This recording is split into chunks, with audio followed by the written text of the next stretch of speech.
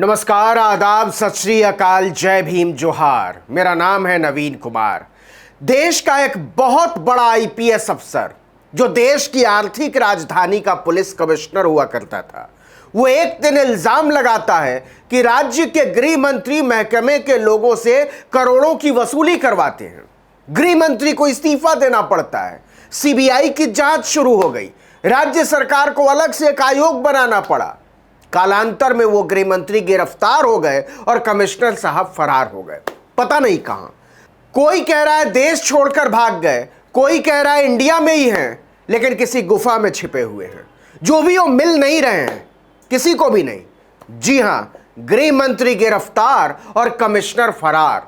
हम बात कर रहे हैं मुंबई पुलिस के विख्यात कमिश्नर रहे परमबीर सिंह की, जिन्होंने अर्नब गोस्वामी को उनके घर से घसीट कर जेल भेजा था, और शरद पवार के खासम खास एनसीपी के बड़े नेता गृह मंत्री रहे अनिल देशमुख की।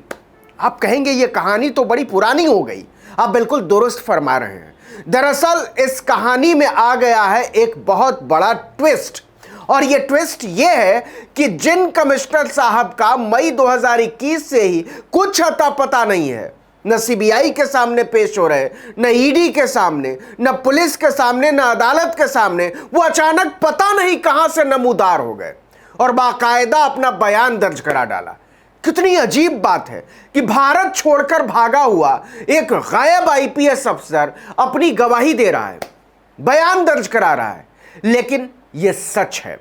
इसका भी किस्सा बड़ा मजेदार है, सुनिएगा। मार्च 2020 में कोरोना के हाहाकारी दौर के बीच मुंबई पुलिस के कमिश्नर परमबीर सिंह ने महाराष्ट्र के मुख्यमंत्री उद्धव ठाकरे और राज्यपाल भगत सिंह कोश्यारी को बिना हस्ताक्षर वाली एक चिट्ठी लिखी। इस चिट्ठी में उन्होंने आरोप लगाया कि तत्कालीन गृह मंत्री देशमुख ने अपने अधिकारियों को निर्देश दिया था कि मुंबई के बार और रेस्टोरेंट से हर महीने 100 करोड़ रुपए की वसूली की जाए। इस वसूली रैकेट का जिम्मा उन्होंने सचिन वाजे नाम के इंस्पेक्टर को दिया था। मजे की बात यह है कि सचिन वाजे भी सस्पेंड चल रहे हैं और जेल की हवा खा रहे हैं। हाईकोर्ट ने इसी के बाद सीबीआई को जांच का जिम्मा सौंपा। ईडी ने अलग से मनी लॉन्ड्रिंग का एक मुकदमा दर्ज किया। इसी मामले में ईडी ने अनिल देशमुख को 1 नवंबर को गिरफ्तार किया था और 6 नवंबर तक उनकी कस्टडी हासिल कर ली।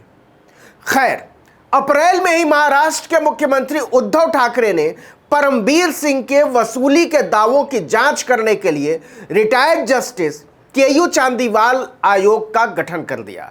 उसी चांदीवाल आयोग के सामने पुलिस की नजरों से भागते फिर रहे परमबीर सिंह ने अर्जी लगाई है कि मैं ना तो अपने आरोपों के पक्ष में कोई सबूत देना चाहता हूं और ना ही किसी से कोई जिरह करना चाहता हूं, कोई बहस करना चाहता हूं। मतलब कमिश्नर साहब के जिन आरोपों के चक्कर में अनिल देशमुख की मंत्रालय से नौकरी चली गई, बेचारे जेल चले गए, उन आरोपों को लगाने वाला ही कह रहा है कि मेरे पास इसे साबित करने के लिए कुछ है नहीं भाई साहब। मतलब सब हवा हवाई था। अब पूछिए, जब आईपीएस परमबीर सिंह चोर की तरह भागते फिर रहे हैं तो उन्होंने चांदीवाल आयोग के सामने अर्जी कैसे लगाई? तो इसका जवाब है अपने वकील के जरिए। खुद पेश नहीं हुए, हिम्मत नहीं हुई। 28 अक्टूबर को पैनल की सुनवाई थी और परमबीर सिंह ने इसके पहले ही अपनी अर्जी लगा दी थी। याद कीजिए, ईडी ने कैसे अनिल देशमुख को 1 नवंबर को आनन फानन में गिरफ्तार किया था।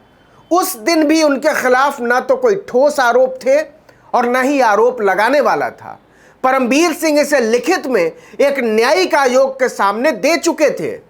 सवाल सिर्फ इतना है कि न्यायिक आयोग के सामने लगाई जाने वाली अर्जी पर आवेदक के हस्ताक्षर होते हैं। तो परमबीर सिंह ने हस्ताक्षर कैसे किए और किस देश में बैठकर किए? आयोग की अगली बैठक अब 22 नवंबर को है। उसी दिन फैसला होगा कि परमबीर सिंह के पलट जाने के बाद रास्ता क्या बचता है।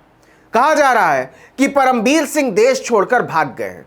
कोई कहता है कि वो रूस में छिपे बैठे हैं, तो कोई कहता है कि वो बेल्जियम भाग गए हैं, और वो कानून की नजरों से भाग क्यों रहे कोई नहीं जानता। दरअसल उद्धव ठाकरे को देशमुख पर वसूली के आरोप वाली चिट्ठी उन्होंने मुंबई पुलिस के कमिश्नर से हटाकर होमगार्ड का डीजी बना दिए जाने के तीसरे दिन लिखी थी। इसके कुछ ही दिन पहले मुकेश अंबानी के मुंबई वाले घर एंटीलिया के बाहर विस्फोटकों से लदी हुई एक गाड़ी मिली थी। सीएम को चिट्ठी लिखने के बाद परमबीर सिंह ने बॉम्बे हाई कोर्ट में भी एक याचिका दायर कर दी थी कि देशमुख के खिलाफ उनके आरोपों की जांच सीबीआई से कराई जाए। क्यों? क्योंकि मुंबई पुलिस पर उन्हें भरोसा नहीं है। इस पर बॉम्बे हाई कोर्ट ने उन्हें कड़ी फटकार भी लगाई थी कि जिस महकमे के आप मुखिया रहे हैं उसी पर आपको भरोसा नहीं है। यह मजाक नहीं तो और क्या है। मई में परमबीर सिंह छुट्टी पर चले गए और इसी के बाद से उनका कोई अता पता नहीं है। उन्हीं के आरोपों के आधार पर तमाम इंक्वायरी शुरू हो गई, लेकिन वो आज तक किसी भी जांच एजेंसी, अदालत या अधिकारी के सामने पेश नहीं हुए। चांदीवाल आयोग के वकील के मुताबिक मुंबई में उनके घर पर सम्मन भेजा गया, होमगार्ड्स के मुख्यालय में भेजा गया जिसके वो डीजी हुआ करते थे, चंडीगढ़ के उनके घर पर भेजा गया, लेकिन किसी भी पते पर वो नहीं मिले। खुद परमबीर सिंह के खिलाफ भी मुंबई, ठाणे और पुणे में वसूली के कई मामले दर्ज हैं। तीनों ही शहरों की पुलिस ने अलग से सम्मन भेजे, फिर भी वो नहीं मिले। ईडी ने सम्मन भेजे, उसकी भी तामील नहीं हुई। इसके बाद डीजीपी ने परमबीर सिंह की तलाश करने के लिए सीआईडी की एक स्पेशल टीम तक बना दी, लेकिन आज तक वो मिले तो नहीं है। फिर आयोग ने जुर्माना लगाना शुरू किया। चांदीवाल आयोग ने परमबीर सिंह की ओर से जुर्माने की रकम नकद जमा कराई गई। कोई नहीं जानता कि यह रकम किसने जमा कराई। वारंट तक निकल गया, फिर भी परमबीर सिंह किसी भी एजेंसी के सामने पेश नहीं हुए। लेकिन दूसरे वारंट के बाद ही उन्होंने अपने वकील के जरिए लिख कर भेज दिया कि मुझे ना तो कोई सबूत देना है और ना ही कोई दलील देनी है, ना ही मैं पेश होना चाहता हूं। कमाल तो यह है कि अगस्त के महीने में परमबीर सिंह ने अपने वकील के जरिए बॉम्बे हाई कोर्ट में याचिका दायर करके चांदीवाल आयोग के कार्यक्षेत्र को ही चुनौती दे डाली थी। उनकी दलील थी कि बॉम्बे हाई कोर्ट पहले ही कार्यक्षेत्र तय कर चुका है और उन्हें आयोग के समक्ष पेश होने के लिए मजबूर नहीं किया जा सकता। लेकिन हाई कोर्ट ने उनकी दलील को नहीं माना। इसके बाद आयोग के पहले ही नोटिस पर वकील के मार्फत बयान भेज दिया कि मुझे इस मामले में कुछ नहीं कहना है। सवाल उठे कि इतने गंभीर मामले में जांच होने के बावजूद परमबीर सिंह विदेश भागे कैसे? कहीं उन्हें भारत सरकार की शह तो नहीं मिली हुई है? ठाणे पुलिस ने तो उनके खिलाफ लुकआउट नोटिस भी जारी कर दिया है। अब तो महाराष्ट्र सरकार भी औपचारिक तौर पर परमबीर सिंह को भगोड़ा घोषित करने की प्रक्रिया शुरू कर चुकी है। लेकिन सबसे बड़ा सवाल यह है कि एक भगोड़े के आरोपों पर महाराष्ट्र के पूर्व गृह मंत्री को जेल में रखने का मतलब क्या है और उन्हें कब तक रखा जा सकता है। इस वीडियो में इतना ही, लेकिन अगर आपने आर्टिकल 19 इंडिया को अब तक सब्सक्राइब नहीं किया तो फौरन कर दीजिए, बेल आइकॉन दबाइए, घंटी जैसी आकृति, लाइक कीजिए और कमेंट करके बताइए हमारा वीडियो आपको कैसा लगा। फेसबुक पर देख रहे हैं तो पेज पर जाइए, लाइक और फॉलो। यूट्यूब पर देख रहे हैं तो सब्सक्राइब, और अगर फेसबुक पर देख रहे हैं तो भी यूट्यूब को सब्सक्राइब कर लीजिए, और अगर यूट्यूब पर देख रहे हैं तब भी फेसबुक को लाइक और फॉलो कर लीजिए। नमस्कार।